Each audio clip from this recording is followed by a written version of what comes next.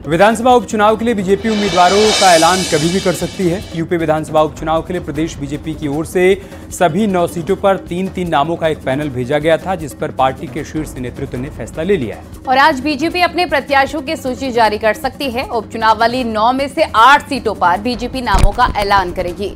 एक seat BJP ने सहयोगी दल आरएलडी को दे रखी है। देखिए रिपोर्ट।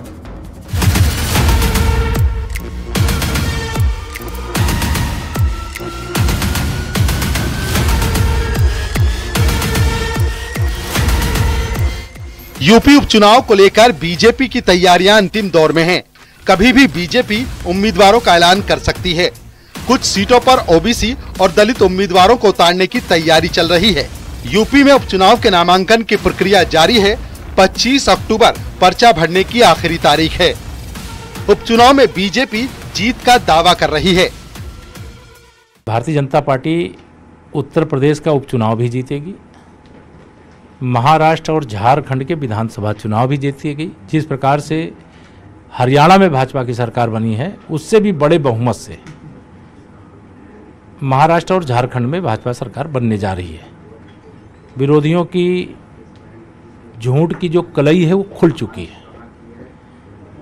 संविधान को खतरा पैदा करने वाले कांग्रेसी हों या जिस कांग्रेस के खिलाफ लड़ाई लड़ने वाले श्री मुलायम सिंह यादव जी के सुपुत्र श्री अखिलेश यादव जी हों, वह कांग्रेस के मोहरा बन गए हैं और श्री राहुल गांधी के दरबारी बन गए हैं। बीजेपी के लिए कोई मुश्किल नहीं। बीजेपी अपने काम पे सबको साथ लेके चलने की नीति पे लगातार काम कर रही है।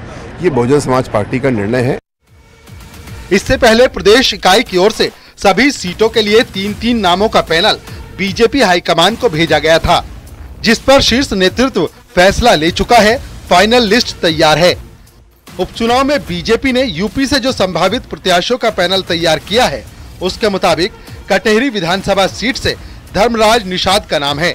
अवधेश द्विवेदी का भी पैनल में नाम। करहल विधानसभा सीट से संघमित्रा मौर्य का नाम, सलोनी बघेल और अनुजेश प्रताप का नाम भी शामिल। गाजियाबाद से संजीव शर्मा का नाम।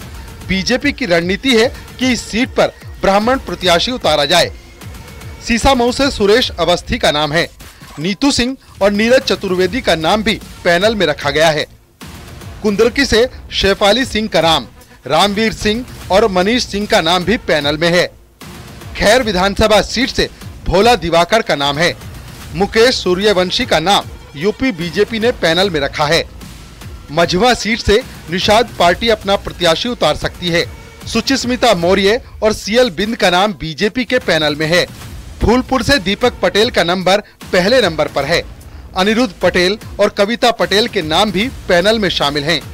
मिल्कीपुर में अगर चुनाव होता है तो गोरखनाथ बाबा का नाम है। चंद्रभान पासवान का नाम भी बीजेपी के पैनल में है।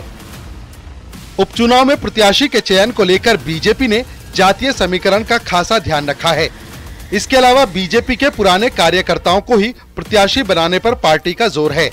यानी कि बीजेपी में प्रत्याशी चयन में पैराशूट उम्मीदवारों से परहेज किया जाएगा। हम लोग आपस में बातचीत करके नीचे से तो राज्य की इकाई ने सभी मंडलों से, जिलों से, क्षेत्र के माध्यम से नामों का पैनल हमने मंगाया है।